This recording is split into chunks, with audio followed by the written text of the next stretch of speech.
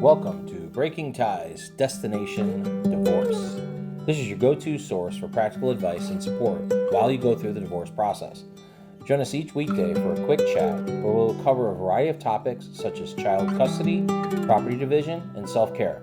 Together, we'll explore emotional, financial, and legal aspects of divorce and help you find the best path forward for you and your family. Here's your host and Certified Divorce Financial Analyst professional, Mike Fulkerson. Hello, and welcome back to Breaking Ties, Destination Divorce. I'm your host, Mike Fulkerson, financial advisor and certified divorce financial analyst professional. And today we're going to get into the world of no-fault and fault-based divorces. Understanding the differences can significantly really impact your divorce process. All right, we're going to start with understanding the no-fault divorce. So this is the most common type of divorce in the United States. In a no-fault divorce, you don't need to prove your spouse's wrongdoings as any reason for the breakdown of the marriage.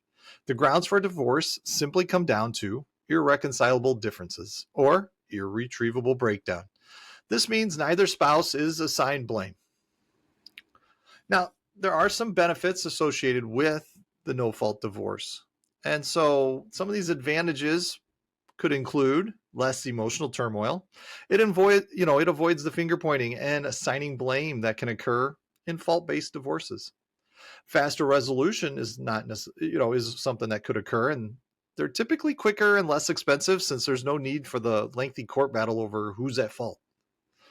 And more, you look at this in perspective, it's kind of more focused on moving forward. And this allows both parties to focus on important matters like dividing assets, child custody arrangements, if you have kids, and reaching a fair settlement. Now on to the fault-based divorce. And in this scenario, one spouse files for a divorce based on specific grounds established by your state law. And these grounds might include adultery, abandonment, mental or physical cruelty, domestic violence, alcohol or drug abuse. It's important to note that fault-based divorces are quite less common these days. Now, here's some things to consider when choosing fault-based divorce. The emotional toll. It can be more emotionally charged process, reopening past wounds and potentially hindering civil co-parenting. And then you look at the cost and time. I mean, fault-based divorces are often more expensive and time-consuming due to the need to gather evidence and present it in court.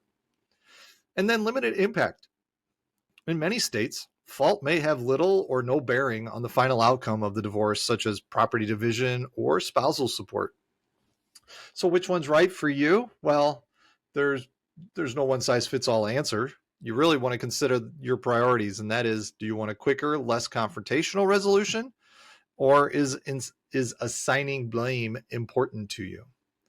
Now, I will always recommend, consulting with a divorce attorney because it could be very important. And they can explain your state-specific laws, advise you on the best approach to your situation, and guide you through the legal process. Now, understanding the difference between no-fault and fault-based divorce empowers you to make informed decisions for your future. Remember, the goal should be fair and efficient resolution that allows you to move forward with your life. Thank you for joining me on this episode of Is Divorce the Answer from the Breaking Ties podcast. And should you have any questions, please leave them in the comments or send them to me. Divorce is not the end of your story.